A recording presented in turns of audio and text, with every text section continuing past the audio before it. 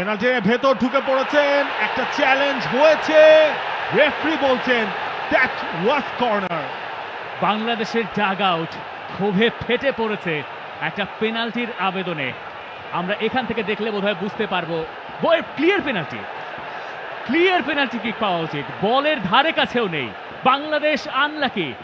কোনো প্রেশার ছিল না, কিন্তু একেবারে কাছাকাছি জায়গায় ফাহিম সেই ভুলটা করেছেন। আরো একবার দৌড়াচ্ছেন ফয়সাল আহমেদ ফাহিম, যেই কাজটা তিনি সবচেয়ে ভালো পারেন, দৌড়ানোটা। আরো একবার ফয়সাল আহমেদ ফাহিম, কিন্তু ফিনিশিং এ তার ইমপ্রুভমেন্ট জরুরি। মোরসালিন পেনাল্টির বাইরে তিনি পেয়ে গেছেন, ফাহিমের সাথে কম্বিনেশন প্লেটা হয়েছে। ফাহিম তার কন্ট্রোল লেফট ফ্ল্যাঙ্কে, পেনাল্টির ভেতর ঢুকে পড়েছেন, একটা চ্যালেঞ্জ হয়েছে, রেফারি বলছেন দ্যাট ওয়াজ কর্নার। বাংলাদেশের ডাগ আউট ক্ষোভে ফেটে পড়েছে একটা পেনাল্টির আবেদনে। আমরা এখান থেকে দেখলে বোধহয় বুঝতে পারবো ক্লিয়ার পেনাল্টি কিক পাওয়া উচিত, বলের ধারে কাছেও নেই। বাংলাদেশ আনলাকি। তবে এবার কর্নার অন্য পাশ থেকে বাংলাদেশ সেই সুযোগটা হাতছাড়া করলো। মানে আমার কাছে এই পেনাল্টিতে কোনো সংশয় নেই, ডিরেক্ট কোনো সংশয় নেই। এটাই হয়েছে ফাহিমের বডিতে। মোরসালিন, যাই হোক ম্যাচে বাংলাদেশকে ফোকাস করতে হবে। মোরসালিন কর্নারটা নেবেন।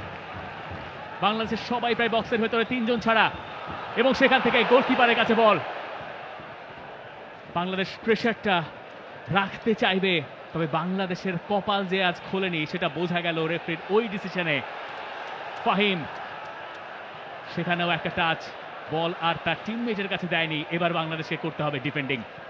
পেছনে নেমে আসতে হচ্ছে বাংলাদেশকে। তারিক কাজী সেখানে রয়েছেন, তারিক কাজী ক্লিয়ার করলেন, থ্রোয়িং পেয়ে যাচ্ছে সিঙ্গাপুর।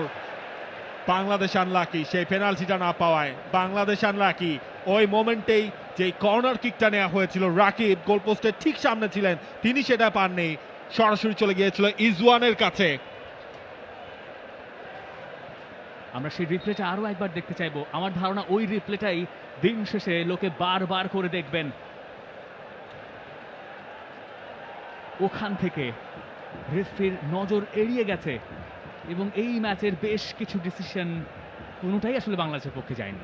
এটা বলা বোধ হয় কিছুটা আনফেয়ার না, বোধ হয় না না, ডেফিনেটলি নট। কারণ হচ্ছে যে আমরা রিপ্লেতে যখন দেখছিলাম অ্যাকচুয়ালি মানে ক্লোজ ক্যামেরায়।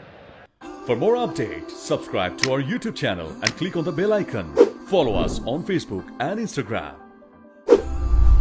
Download T-Sports app to enjoy exciting games and highlights. Visit tsports.com.